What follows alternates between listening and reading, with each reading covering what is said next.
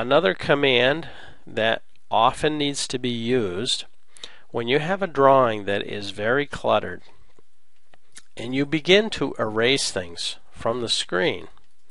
There may be times, and there's an example of it right there. I just erased that line and these two lines, but notice there's a remnant of it left on my screen.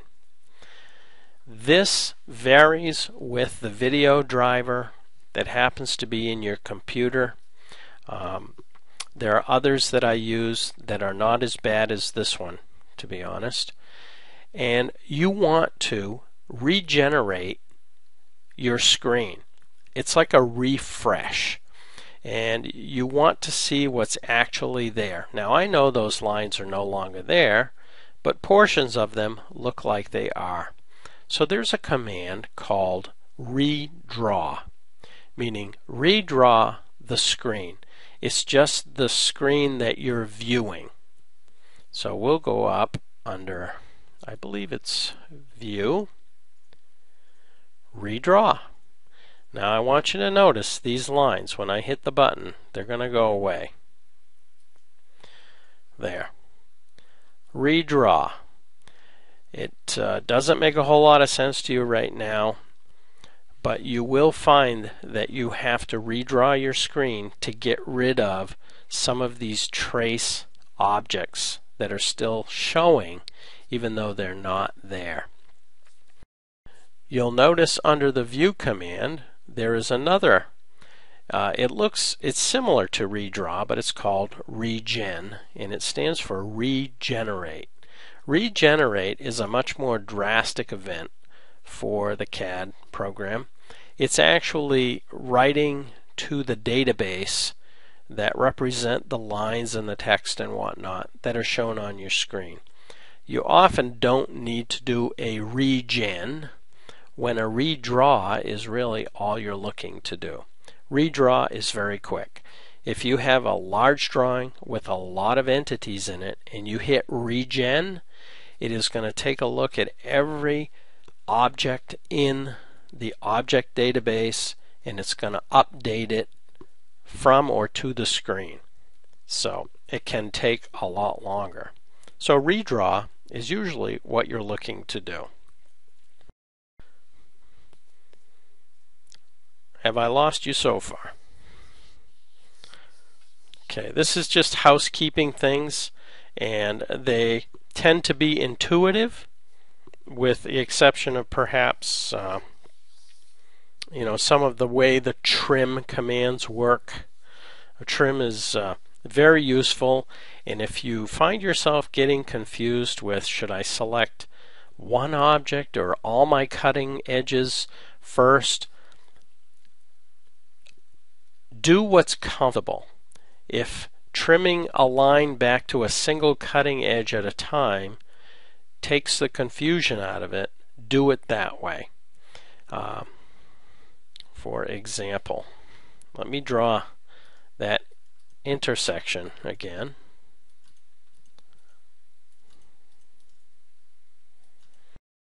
It is, but again,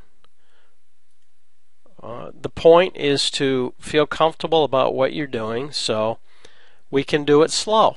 If we want to remove just these two lines, well, we know that we want to cut it back to there. Okay, I've selected my cutting edges. Now let's make those go away. I hit enter. I'm out of the command. Notice I have a little bit of a remnant showing on my screen. I can go View, Redraw, it goes away. Now I can go right back into the trim command and I can select these other cutting edges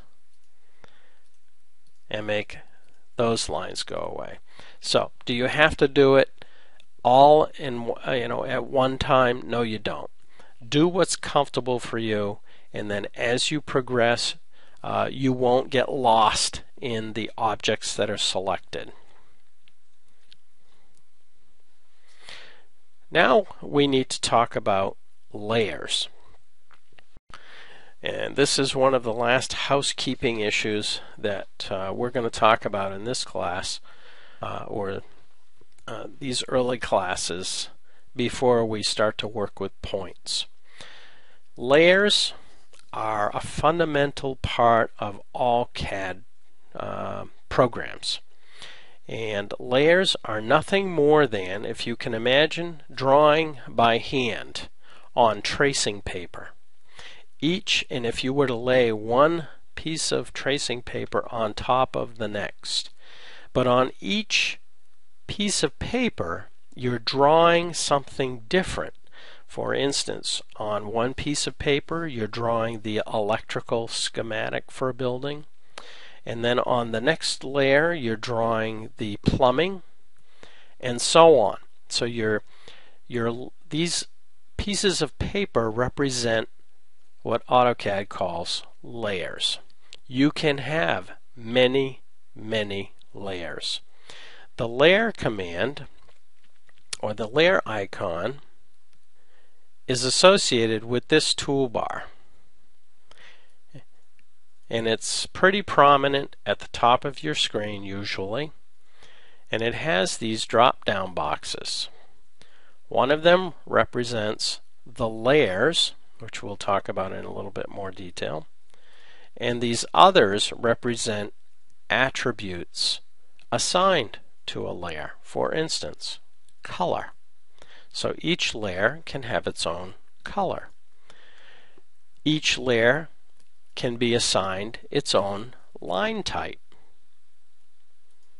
And why would we do that? Well, let's take a look. Let's press the layers icon to open up a larger dialog box which will list all of the layers that have been assigned to this drawing. So on each of these layers, AutoCAD, or you, have placed objects. Where you see the check mark, and again in your version of Carlson, depending on whether you're running on AutoCAD or not, this dialog box is going to look different to you. In fact, the AutoCAD version is a little bit friendlier than the IntelliCAD version. But the check mark here indicates that that is the layer that I'm currently drawing on. And I want to illustrate. Let's come back to this view, and you'll notice in the toolbar the 0 layer is indeed the one that is showing in this drop-down box. So the first thing you can do, or practice, is changing layers. Now you can change layers by pressing this down arrow and then selecting the appropriate layer. We'll pick the final layer. And now the final layer is active. It is what's called the current layer. If we were to now draw a line, notice what's happened. The color of that line is red. Well, this layer has been assigned the color red. It also has been assigned the line type continuous. Now it says here by layer. By layer. So color has been assigned by the layer. The line type has been assigned by layer. Where do we do that? We do that back here in the layers dialog. So there's the final layer, or the layer named final, and we've assigned it the color red. Well, we can change that just by selecting that color, and let's change it to purple. Say OK. It has now been changed to magenta. Well, I also want to change the line type. So right now it says continuous. Let's select that word. It brings another dialog up that allows us to select quite a number of available line types. Let's pick this one called .4. OK. Notice now Under line type, it says .4. Let's close this out. Well, what happened? Back in our drawing, notice that line type has changed to that .4 line type. And that is one of the powers of layers. If you draw many entities on the same layer, typically they're related, they're somehow common to one another. For instance, roads you might place all on their own layer. And if you wanted to, you could change the color of all of the entities on that layer very quickly by just changing the color stated in the layer dialog by doing it here. You can create new layers by, there will be an icon or some way through the menu system to create a new layer. In IntelliCAD there's an icon. I'm going to press New. I want you to notice the current layer that is checked here. It's Final. It has magenta and this particular line type associated with it. I'm going to change it to center line. And now I'm going to press the New Item or New Layer button. And it brings up, it prompts you for the name of this new layer. So I'm just going to say New Layer. Press Enter. In AutoCAD, I believe the layer that is current when you press New will, all of the attributes of the layer that is current will be assigned to the new layer. Obviously not so in IntelliCAD. That can be handy. More often than not, I find it to be not. So let's assign a color to this new layer. We'll make it green. We'll change our line type to, and there are quite a few of them. We'll change it to zigzag. You can even change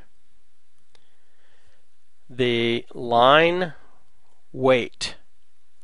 Right now they're all set to default. Default was set when we set up the drawing. Usually it's assigned in your template already. But let's say that we wanted this new layer to have a thicker line. So we're going to assign a slightly thicker line than the default. This will take effect when you print the drawing unless you show line weight. And you'll remember in the last class we talked about this down here in the status bar, LWT, line weight. If we double click it, it's now active. It's going to show the line weight that is associated with that particular layer or layers.